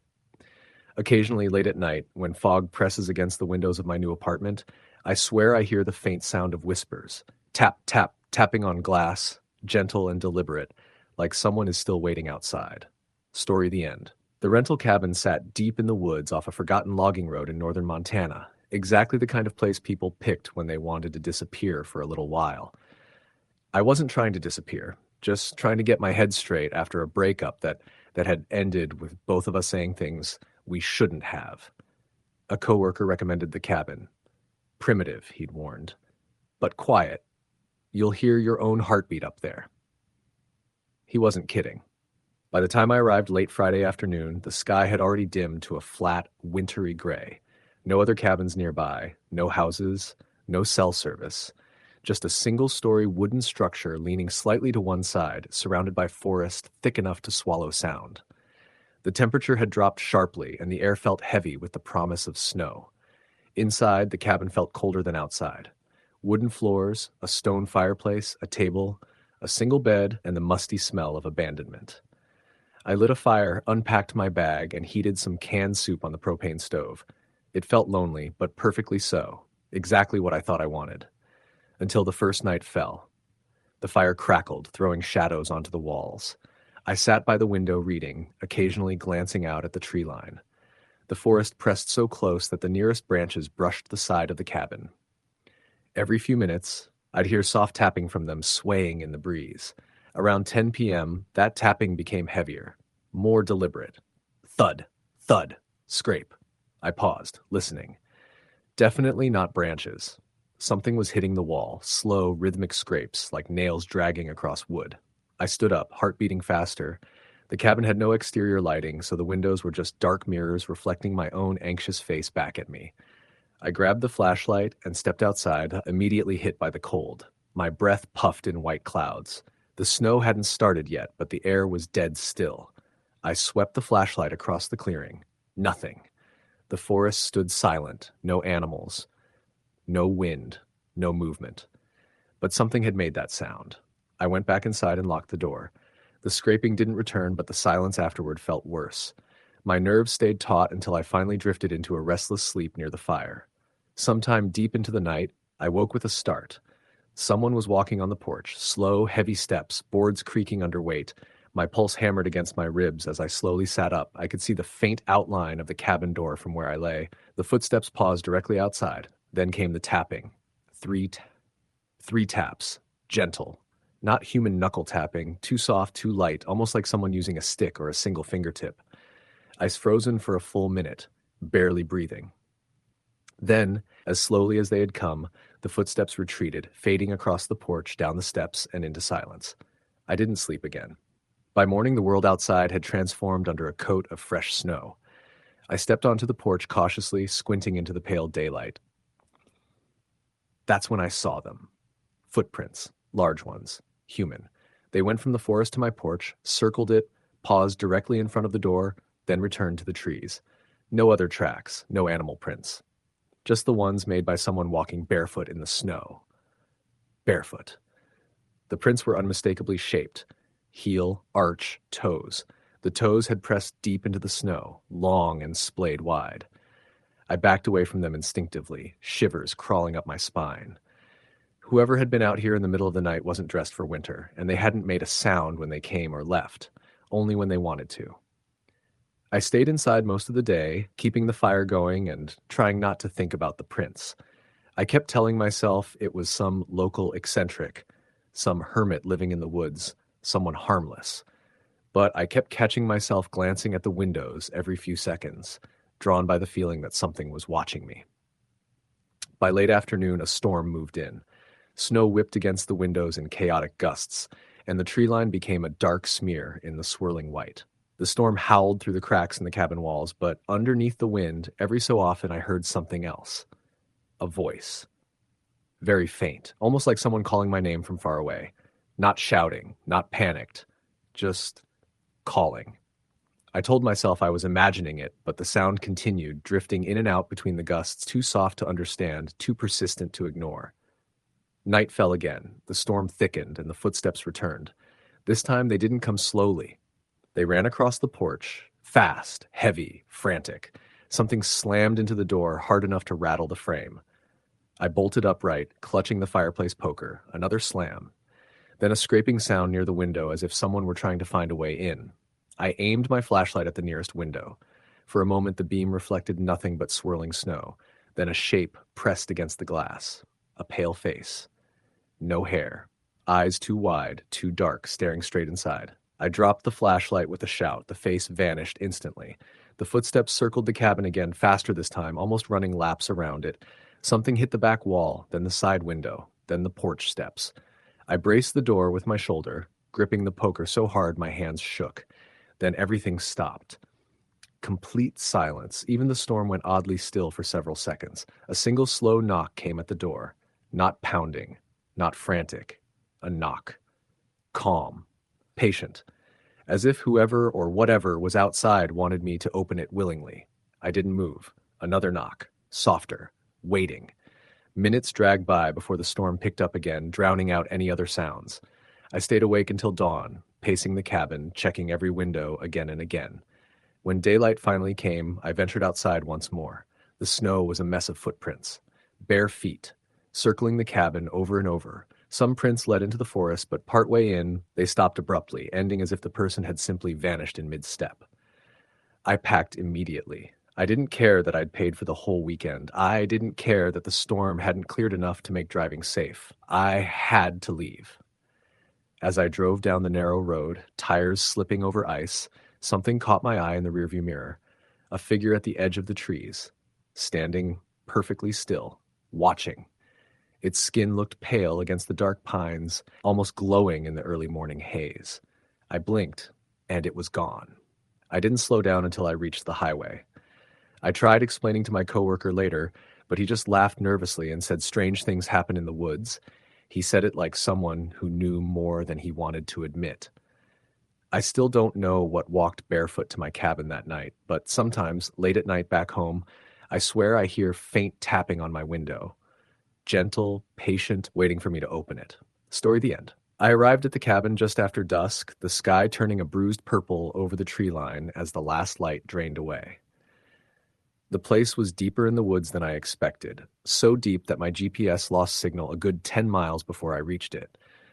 The owner had emailed me crude directions with phrases like, "Turn where the birch leans over the fence line," and "Follow the dirt road until the forest opens up again." I probably should have taken that as a sign that the place was a little too remote, but I had already paid and needed the break. The cabin sat alone in a clearing of dead grass and twisted pine, its roof sagging in the middle and its windows clouded with age. The porch boards sank when I stepped on them. Inside, it smelled like dust, old wood, and something else, an underlying metallic tang I couldn't name. But it was quiet, and that was enough. The first day passed peacefully. I unpacked, made myself coffee on the old propane stove, and took a walk around the clearing. There were no other cabins in sight. No trails, just trees and the crunch of frost under my boots. The owner had left a note on the table with a few rules. Keep the door locked at night. Don't wander the woods after dusk. If you hear someone calling your name, do not answer. At first, I assumed it was a joke, a kind of creepy tourist gimmick. I laughed, tossed the note aside, and didn't think about it again. That night, the quiet became unsettling. When the sun set, the darkness around the cabin felt alive. My phone had no reception, but I had music downloaded and played it quietly just to fill the silence. Around midnight, I heard footsteps outside the cabin, slow, measured, crunching in the frost. I froze, fingers hovering over the pause button. The steps circled the cabin once, twice, then stopped near the bedroom window. I waited, listening hard, but the sound faded like whoever, or whatever, it was had slipped back into the woods. The next morning, I found footprints in the frost. Bare footprints, human-shaped, but wrong. The toes were too long, the arch too high, and they circled the cabin exactly as I'd heard. I spent the day pretending it was a prank. Maybe the owner had messed with me. Maybe it was an animal. Maybe I was imagining things. I tried to ignore the growing tension in my chest, but by the third night, ignoring wasn't an option. Just after sunset, someone knocked on the cabin door. Not aggressively, just 3 slow, steady taps. I didn't move. I didn't answer. I remembered the note then, suddenly not so funny anymore. The knocking came again, this time harder. I swallowed, grabbed the flashlight, and crept toward the peephole. Nothing. No one. But the knob turned. Slowly. Testing the lock. I backed away, gripping the flashlight like a weapon. After a few moments, the knob went still. Silence stretched on until it felt suffocating. Then the whispering began. It came from the cracks of the door, like someone pressing their mouth right against it. The voice was low, breathy, and wrong. "Let me in." I held my breath. The whisper drifted to the window next, crawling along the glass like fog. "I know you're in there." My legs trembled, and I backed into the kitchen, keeping my eyes on the door. The whispering stopped. But something scraped along the wall outside, long nails dragging across wood. I barely slept. Every creak of the cabin felt like a footstep. Every gust of wind felt like breath against the window. By dawn, I was packed and ready to leave. I'd only been there 3 days, but it felt like an eternity. I stepped outside cautiously, scanning the tree line. The forest was still, too still. I got into my car, turned the key. Nothing. No click, no whir, dead. Panic surged through me. I tried again. Still nothing. I popped the hood. Everything looked fine. No animals, no chewed wires, no explanation. Then something caught my eye on the passenger side window. A handprint. Oily, smudged, and too big to be human. The fingers were nearly twice the length of mine. I slammed the hood shut and looked toward the trees. Something moved just beyond the first row of trunks. A shape blending perfectly into the shadows. Tall, lean, watching. I didn't stay to get a better look. I grabbed my backpack, knife, and flashlight and started down the dirt road on foot. My breath was white in the cold morning air. Every few minutes, I heard movement in the woods beside me. Soft, steady, matching my pace, as if it were walking with me. At one point, I made the mistake of stopping. The woods stopped too. When I continued walking, it followed. Near noon, I finally reached a ranger station at the park entrance. My voice shook as I told them everything. They exchanged strange looks, trying to reassure me, but I could tell none of them believed a word. A ranger drove me back to the cabin to retrieve my car. But when we arrived, the cabin door was open. The lock ripped off the frame. Inside, the furniture was overturned. The mattress shredded. Deep gouges clawed into the walls. The ranger kept saying it was probably a bear, but bears don't scratch words into wood.